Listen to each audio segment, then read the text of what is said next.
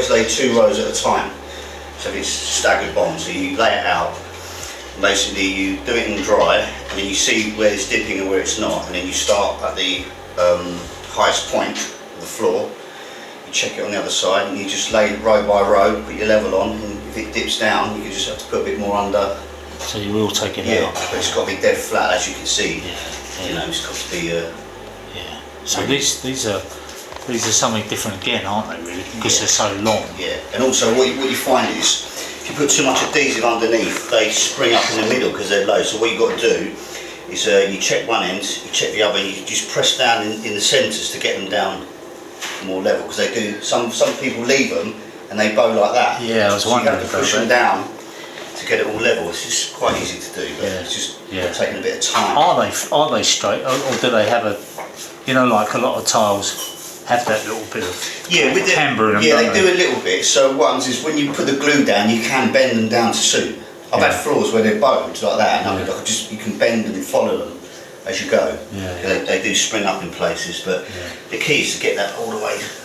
So you don't go half bond on these, do you? No. With these particular tiles, to make it look natural, you stagger bond. You just do random. Yeah, you do random. Yeah, it looks much better. If you do like a brick bond, it just looks a bit too artificial, isn't it? You've got 10mm there for the tile. Yeah. You have 10mm there, so then you know your depth. So if you need to, so if your tile's like 10mm and you need to 5mm out, just bring it 5mm and then check it and go to the thinnest point.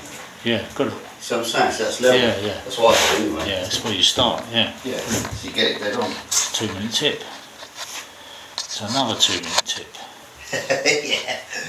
And then what you do, you leave the laser on. What I do, leave the laser on, and then just keep checking your rows as you go up.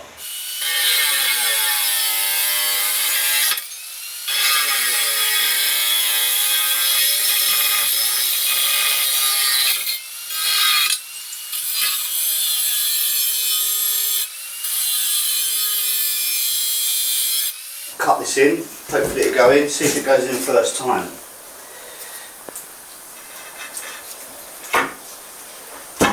Voila. Well, that's nothing a bit of grout won't fill. That's perfect. Lovely cut. How did you measure? I didn't see you mark that one out. So what I did, I measured the furthest point back, which is there. Yeah. And I measured from here to here. Yeah. There to there.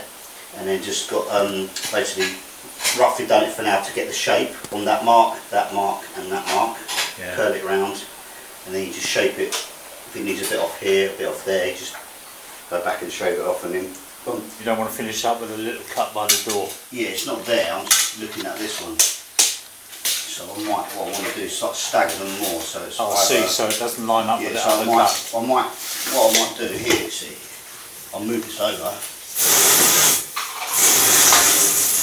to there, so it breaks the joints up. So you've got the next joint there. That'll be quite. So let's check this one again. Make sure it goes into a cut. Yeah, it's 1,000. You've got a nice bit there. If I could hold it up, I would, mate.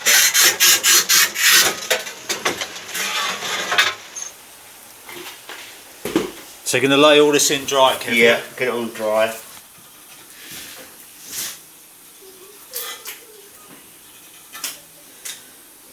Goes in there.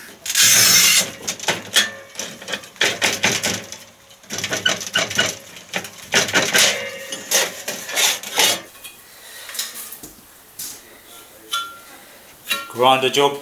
Yeah.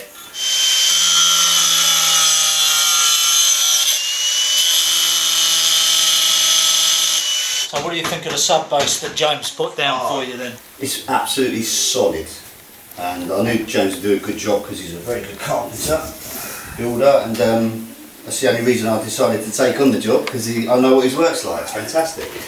You can never go to sort of limited to what you do. It's almost to go over the top on floors if you want them to make them last. You know, you can either do an average job and not think too much about it, but always go over the top, because you know this is going to last 20 years, so more than that, 20, 30 years, 40 years. You grouting today or not? No, I'm going to get it all tiled today.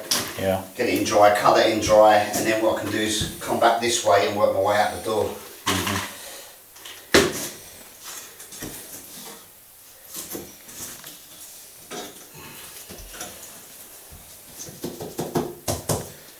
That.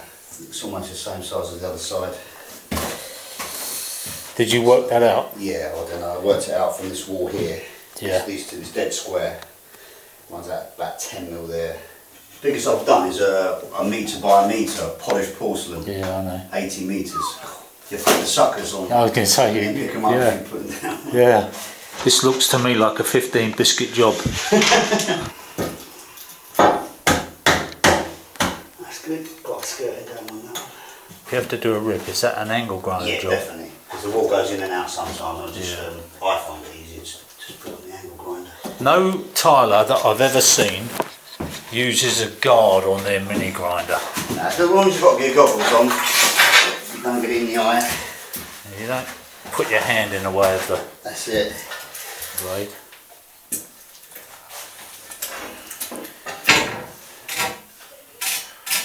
The guard gets in the way, I take it, that's why. Yeah, you can't get the shapes out sometimes. Use my finger, go down like that. Because it's the same, basically. Yeah. If Laser levelled it, so it's not too bad. Yeah. Plus you've got skirting if you're slightly out, but Yeah.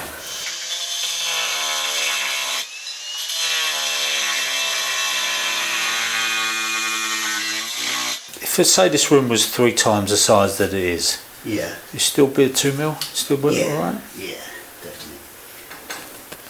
Because nobody wants big grout lines anymore, do Nah. they? They just... Yeah.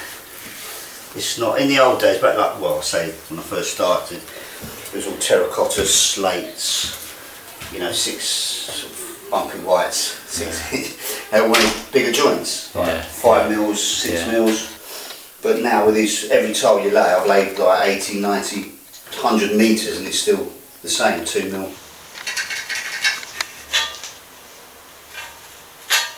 Come on, look, I'll get my square, probably be easier on it.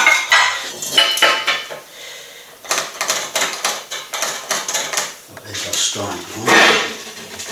Let's roughly do it for now. And there's the start of the curve of the staircase. So we measure it there. Always do it on the tape.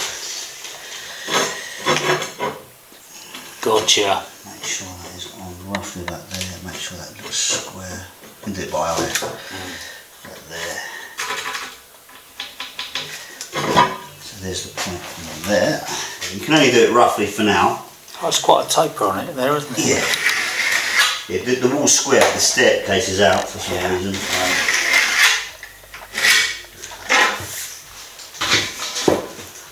That's with the joint. Mark it back onto there. 2 mil gap.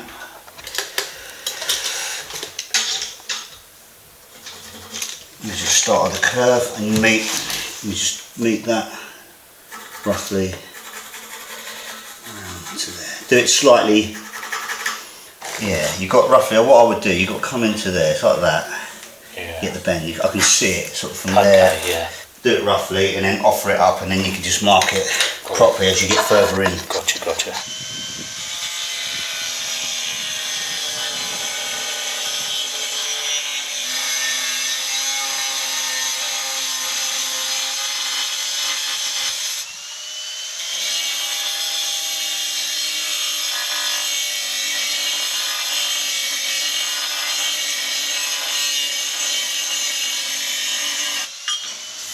Not bad. It's got going more, so that's not bad, is it? That side is perfect. That's lovely. Look.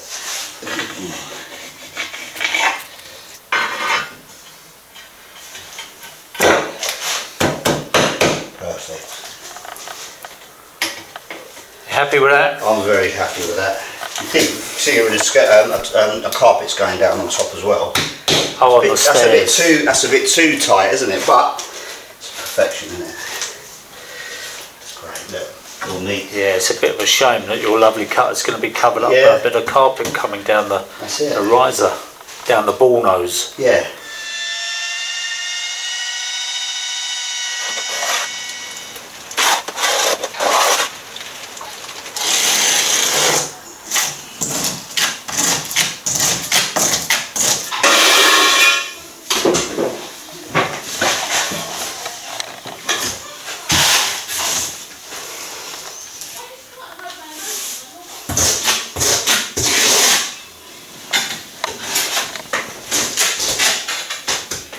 pushing a bit under the edges, just make sure you grab them, yeah? Yeah. Just make sure. No voids. Yeah, you don't want any exposed edges as well.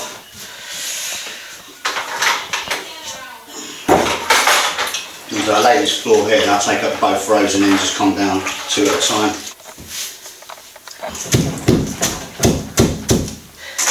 If you did half bond on those, would it? It don't look you see a bit of lippage in or not? Nah, I can get them. Yeah, I can get them spots on. Even on a half bond. Yeah, like I say, when I said when that was slightly high, yeah, I was pushed. Like I said, pull it out then because yeah. they bend. You can bend them all sorts of. Once it's in the adhesive, you can bend them slightly.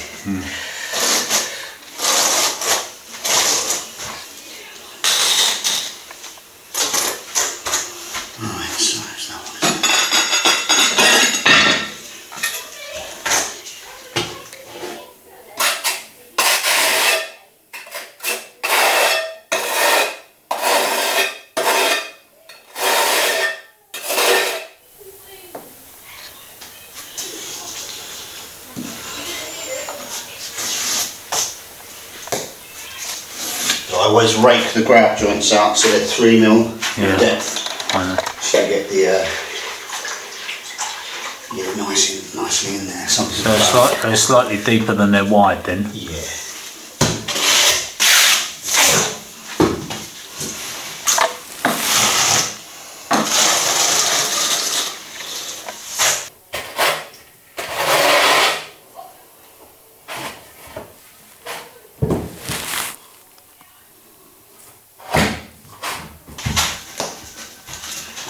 Check that.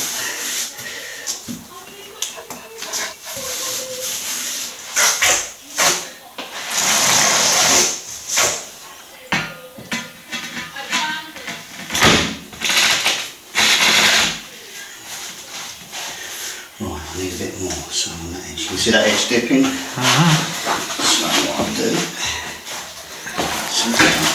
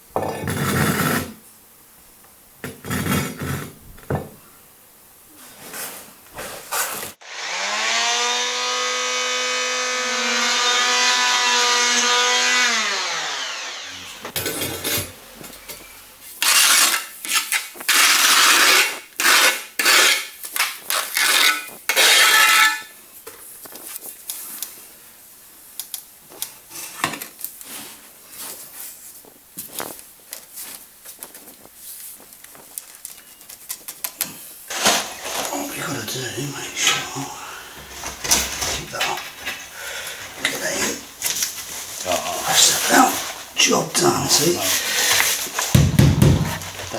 That's better than sex, isn't it?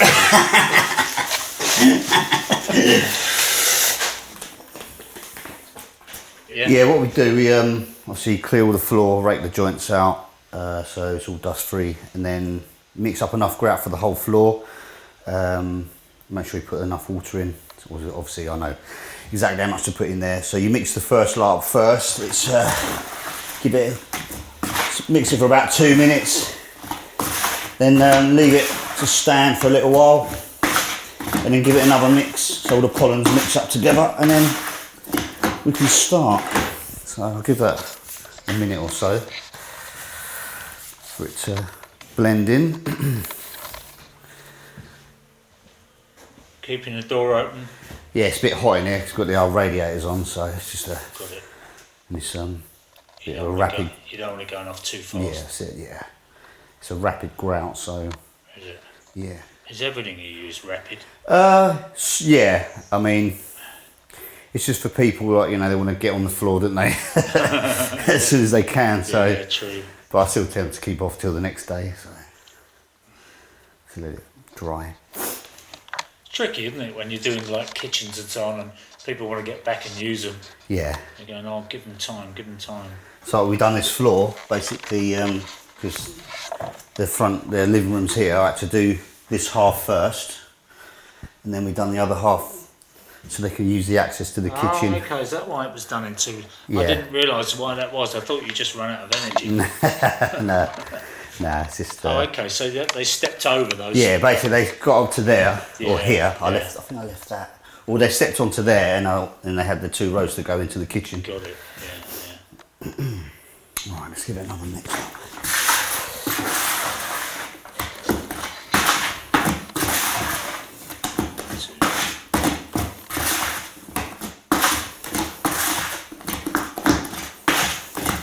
If you don't mix this correctly, or what it says on the bag, basically if you just mix it and then put it on the floor, it could discolour. So because you leave it to stand, all the pollens mix thoroughly. Yeah.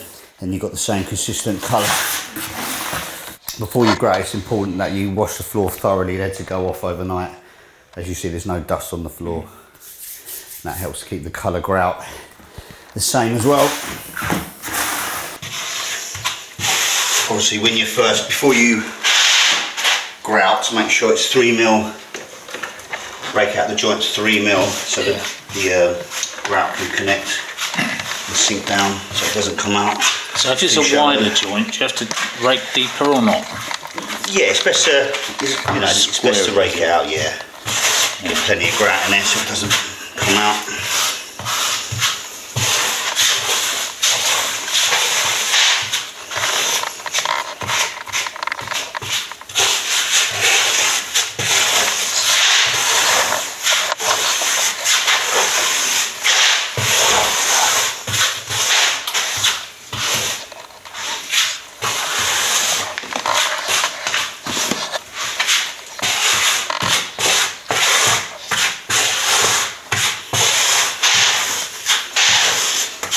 Can I just talk to you about uncoupling membranes? You use that Scruta mat, yeah? Yes. Can you just, I mean, I know that people were saying, oh, you shouldn't tile on wood and so on. Well, obviously, you're separating it. You Yes. put a layer there.